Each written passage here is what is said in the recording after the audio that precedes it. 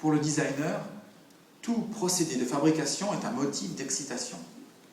Sa découverte ou la possibilité d'en détourner l'usage animeront le processus de création. Mais il est rare d'être confronté à des modes de fabrication entièrement nouveaux. Je vais vous présenter maintenant des objets utilisant deux nouvelles technologies, la stéréolithographie et le frittage de poudre. La collection de chaises, de tables, de tabourets que nous avions nommés solides en 2004 s'inspirait de la nature.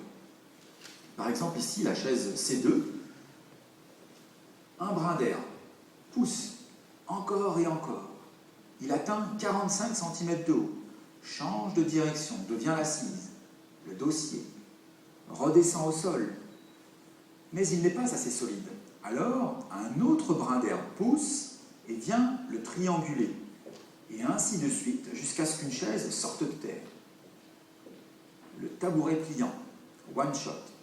Une sorte de fagot dont les différentes branches s'articulent et s'ouvrent pour former un tabouret, le tabouret du vacher.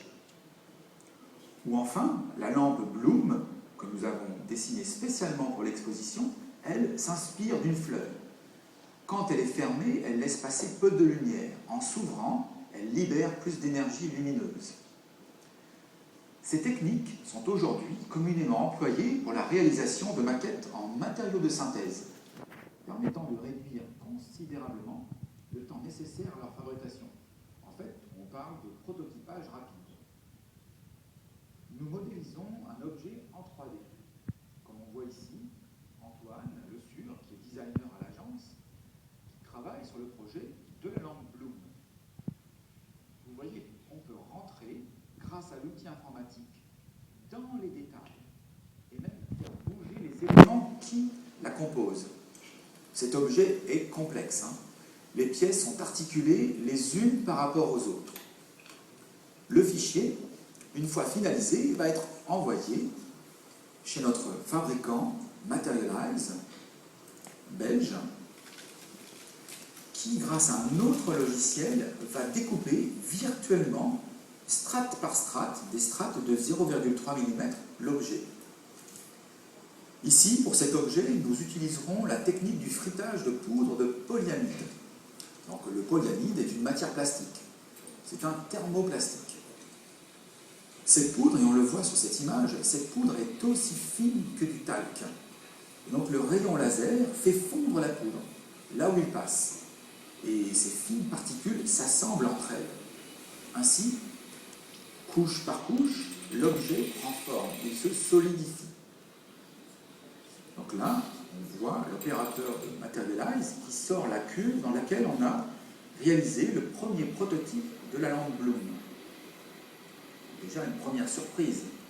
On a la partie de la poudre qui n'est pas solidifiée, et on peut immédiatement penser à un archéologue en Égypte découvrant un trésor. Donc c'est une surprise. Voilà, il a trouvé la lampe grâce à une brosse et aussi à de l'air comprimé. Il dégage la partie solidifiée de la partie qui est encore de la poudre. Ça, c'est un des aspects qui est aussi assez pratique, c'est qu'on va pouvoir réutiliser la poudre pour de futures fabrications.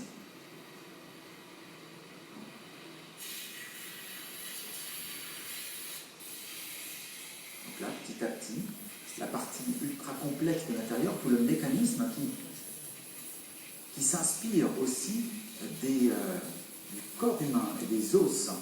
En fait, on peut fabriquer des articulations, comme ça, en une seule pièce. Il n'y a aucune vis, aucun assemblage n'est fait à la main. Et la surprise finale, de voir l'objet qui s'ouvre. Un autre procédé, la stéréolithographie, que nous avons utilisé pour fabriquer les chaises solides. Conceptuellement, il est identique au frittage, mais ici, le rayon laser polymérise une résine liquide d'époxy, c'est-à-dire qu'il la solidifie. Dans une couche de 0,3 mm d'épaisseur, donc très très fine, le rayon laser redessine chaque strate qui compose l'objet.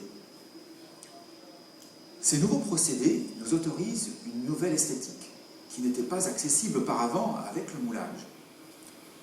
Il faut bien comprendre qu'à chaque fois que je pose mon crayon sur une page de papier, je connais la technique qui sera utilisée plus tard pour la fabrication de l'objet. Chacune de ces techniques a évidemment des contraintes et elles influenceront l'esthétique finale. Alors qu'ici, avec ces nouveaux procédés, il n'y a presque plus aucune limite. Voilà pourquoi ces nouveaux processus sont si riches et ils nous ont tant passionnés.